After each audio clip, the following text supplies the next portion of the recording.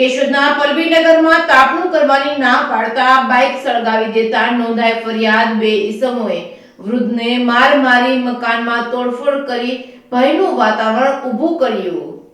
કેશોદના પલ્લવીનગર વિસ્તારમાં રહેતા પ્રેમઘર ત્રિકમઘર મેઘનાથીના ગ્રીન પાર્કમાં આવેલ મકાન પાસે તાપણું કરેલ હોય, જે બાબતે કપિલ રાજા સિંધલ અને શૈલેષ સોલંકીને પૂછપરછ કરી ઘરમાં જતા રહ્યા બાદ સાંજના સમયે ઘરની બારીઓના કાચ તૂટવાનો અવાજ આવતા બહાર નીકળતા કપિલ હાજ સિંધલ અને શૈલેષ સોલંકી હતા। તેઓને રોકતા અપશબ્દો બોલતા આધેધડ તમાચા માર્યા હતા। ફરિયાદી પ્રેમઘર ત્રિકમઘર મેઘનાથીના ગ્રીન પાર્ક ખાતે મકાન બહાર પાર્ક કરેલ મોટરસાયકલ રજીસ્ટ્રેશન કરેલ GJ11LL 5542 ને માથાભારે શખ્સોએ આગ ચાપી દીધી હતી। ભયભીત થઈ ગયેલા નિવૃત્ત વ્યસક પ્રેમઘર ત્રિકમઘર મેઘનાથથી મૂંઢમાર લાગેલી હાલતમાં સારવાર લેવાને બદલે ડરના કારણે ઘરમાં પુરાઈ ગયા હતા। પોતાના કબજા ભોગવટાના માલ મિલકતને સરેઆમ નુકસાન કરનાર શખ્સો વિરુદ્ધ કેશોદ પોલીસ સ્ટેશનમાં આવી ફરિયાદ નોંધાવી હતી। કેશોદ પોલીસ દ્વારા કપિલ હાજ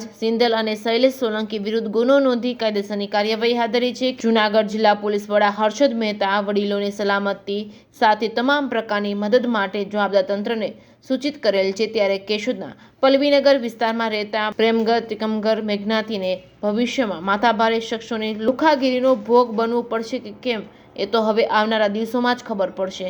રિપોર્ટિંગ બાય રાજુ પંડ્યા, કેશોદ।